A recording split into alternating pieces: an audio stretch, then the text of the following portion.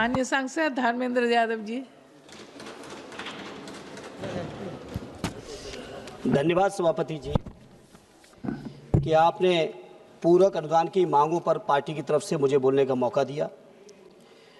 मैं आज के इस मौके पर सभापति जी मैं सुन रहा था जब बजट के बारे में सत्ता पक्ष से जगदम्बिका पाल जी ने बात शुरू की थी और बात कुछ इस कदर शुरू कर दी थी कि लग रहा था कि मोदी जी के राज में 11 साल के कार्यकाल में पता नहीं देश में कितना बड़ा परिवर्तन हो गया है।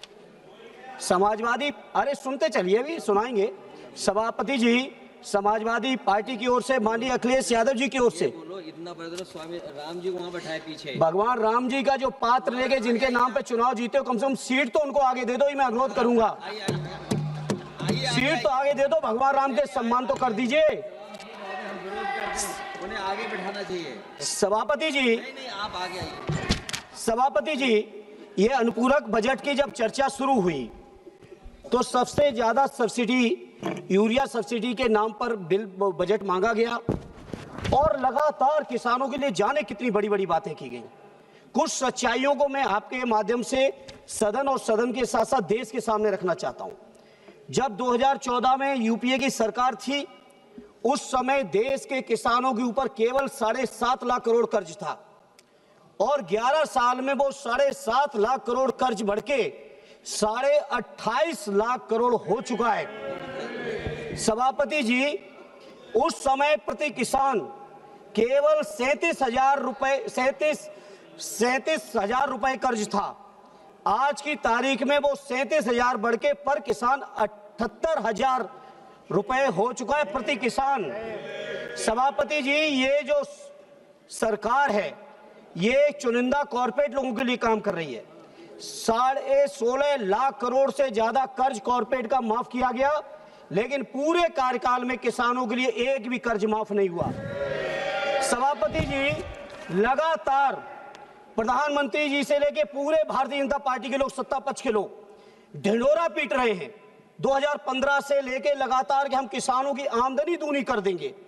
हमारे पास डेटा है, पूरे के पूरे 11 साल में किसानों की आमदनी केवल प्रति किसान 1,000 रुपए बढ़ी है।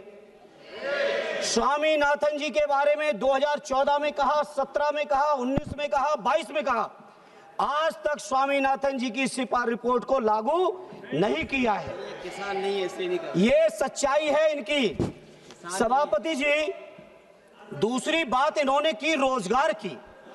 रोजगार के मामले में जो लोग पहले से नौकरी कर रहे हैं, कहीं पेट्रोल पंप पे कोई अगर वो सेल्समैन बना हुआ है, पेट्रोल भर रहा है, कोई घुमचे वाला, तमाम तरीके के सर्वे करा के, फर्जी आंकड़े पेश करके, और अब तो विदेशी संस्थाएं भी यहां तक कहने लगी कि हिंदुस्तान की तरफ से फर्जी आंकड़े पेश किए जा रहे हैं। तो इसलिए सभापति जी, मैं आपके सामने बात करना चाहता हूं। सभापति जी, अगर देश की हालत जो बात करते हैं, तमाम सत्ता पक्ष वाले, जीडीपी मैंने इतनी बढ़ा दी, जीडीपी उतनी बढ़ा दी। आप सोचिए, ग्लोबल हंगर इंडेक्स में हमारा देश 2014 में 55वें नंबर पे था और आज हम 2025 में बात कर रहे हैं तो 102वें स्थान पे पहुंच गया है। केवल 123 देशों में से। प्रति व्यक्ति आय घटी है, किसानों का रेट बढ़ा है। लगातार प्रधानमंत्री जी उस समय 2014 से पहले जब बातें करते थे, उस समय के प्रधानमंत्री स्वर्गीय मनमोहन सिंह जी को अपमानित करते थे और उम्र की बातें करते थे, लेकिन जब तक उनका कार्यकाल चला तब तक डॉलर के मुकाबले रुपया केवल 60 था और आज आपके समय में 90 पार कर चुका है। आप सोचो, इस बात को हम किस तौर पे परिभाषित करें। आपने रोजगार की बहुत बातें की, नौजवानों की।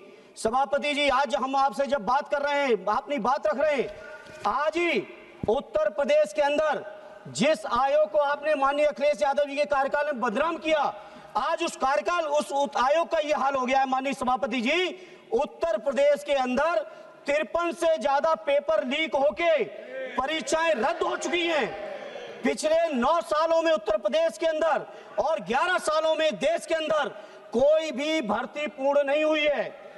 और आज जब हम आपसे बात कर रहे हैं माननीय सभापति जी, इस समय इलाहाबाद के लोक सेवा आयोग में उत्तर प्रदेश के हजारों नौजवान अपनी बात को रखने के लिए, वहां की निमित्ताओं को दूर करने के लिए जब इलाहाबाद के आयोग के सामने खड़े थे तो आप विजुअल, आप महिला हैं, आप संवेदनशील हैं, आप देख के आश्चर्य करोगी कि किस तरह से वहां के नौजवानों को, युवकों को, युवतियों को लाठी चार्ज करके, बाल पकड़ के घसीटा जा रहा है। अमानवीय व्यवहार आज प्रयागराज और इलाहाबाद में हो रहा है। सभापति जी बहुत बातें की बेरोजगारी को दूर करने की। अरे सुन लो, सुन लो, हर साल 2 करोड़ रोजगार देने की बात आपने की और 2 करोड़ रोजगार देने के बाद सभापति जी साल दर साल मेरे पास डेटा है और आज की तारीख में आजादी से लेके अब तक अगर बेरोजगारी की दर कभी सबसे ज्यादा बढ़ी है तो आज हमारे देश में 8% से ज्यादा बेरोजगारी की दर आज बढ़ी हुई है। यह है भारतीय जनता पार्टी की सच्चाई। सभापति जी बात करते हैं ये लोग जनगणना के नाम पर पूरे देश में। मुझे याद है, मुझे भी सौभाग्य मिला था सदन में श्रद्धेय नेताजी, श्रद्धेय शरद जी, आदरणीय लालू जी से लेके पासवान जी थे, सभी लोगों ने मांग रखी थी कि जातीय जनगणना होनी चाहिए 2010 में। ये गलती की कांग्रेस के साथियों ने उस समय नहीं की, लेकिन इस समय जब एनडीए की सरकार ने वादा किया है, मैं स्वीकार कर रहा हूं वादा किया है, लेकिन वादा तेरा वादा, कोई वादे पे भरोसा नहीं रहा। हालत ये हो गई है एक भी वादा पूरा नहीं है, इसलिए जातीय जनगणना के भी वादे पर देश की जनता को अब आपके ऊपर भरोसा नहीं है। आपने बजट मांगा है, आप ले जाइए बजट, लेकिन ये इस बात का जवाब आना चाहिए कि आखिर जनगणना कब हो रही है और जो जनगणना हो रही है उस जनगणना में जाति जनगणना आप शामिल कर रहे हैं या नहीं कर रहे हैं, इसका जवाब आपको देना पड़ेगा। सभापति जी यूरिया की जहां तक सवाल है, सबसे ज्यादा ढिढोरा पीटा जा रहा है। यूरिया के लिए पूरक मांगे की गई है, लेकिन यूरिया की हालत क्या है? बिहार के साथी चर्चा कर रहे थे, बिहार के बारे में आप जाने, लेकिन उत्तर प्रदेश के बारे में हम ये जानते हैं कि उत्तर प्रदेश में यूरिया के वितरण के लिए पूरी की पूरी कोतवाली, पूरी की पूरी तहसीलों में किलोमीटरों लाइन लग के, लाठी चार्ज खा के, गर्मी सर्दी बरसात में किसान अपना पूरा परिवार लाइन में लगाता है, तब जाके कुछ को कहीं 1 या 2 बोरी यूरिया मिलती है, क्योंकि उसमें से जो यूरिया की सब्सिडी आ रही है किसानों पे जाए अगर तो हमें स्वागत करेंगे, लेकिन माननीय सभापति जी ये यूरिया की सब्सिडी किसानों के पास न जाके सत्ता पक्ष के दलालों की और अधिकारियों की जेब में जा रहा है। इसलिए सभापति जी हम इस बात से नहीं सहमत है, इस तरह से जो इन्होंने किया है। इसलिए सभापति जी इस मौके चूंकि मेरे और भी साथी बोलने वाले हैं, मुझे इसलिए इस मौके पे इतना ही कहूंगा कि नौजवानों को रोजगार मिले, किसानों को हक अधिकार मिले, उनको वाजिब मूल्य मिले, उनको सुविधाएं मिले, खाद बीज पानी बिजली की जो व्यवस्थाएं किसानों की, कम से कम उत्तर प्रदेश के बारे में मैं कह सकता हूं, बंगाल के बारे में आप जाने, बिहार के बारे में आप जाने, लेकिन उत्तर प्रदेश के बारे में बहुत जिम्मेदारी से कह रहा हूं, पूरी तरह से बर्बादी है। और सभापति जी एक बात और कहूंगा, जो एमएसपी की बात की गई थी वो एमएसपी आज तक लागू नहीं की गई। और तो और सभापति जी पहले भी सदन में उठाया हूं, आज फिर दोहरा रहा हूं, बच्चों को दवाएं भी मिलावटी दी जा रही, जहर बेचा जा रहा है। और एक लास्ट सभापति जी, शुक्रिया, पूरी की पूरी भारतीय जनता पार्टी की उत्तर प्रदेश सरकार दवाई, जहरीली दवा बेचने वाले, कफ सिरप बेचने वालों को बचाने पे लगी हुई है। आपकी ईडी, आपकी सीबीआई, आपका इनकम टैक्स केवल विपक्षी नेताओं के लिए है, लेकिन जो लोग डकैती डाल रहे हैं उनके लिए कहीं आपकी हिम्मत नहीं है, क्योंकि आपको एहसास है कि अगर आपने ढंग से कार्रवाई कर दी तो धन्यवाद धन्यवाद धन्यवाद धन्यवाद।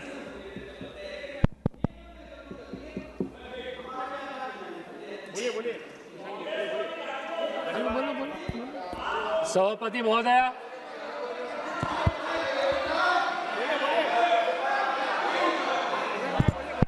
सभापति महोदया, मैं आज सरकार के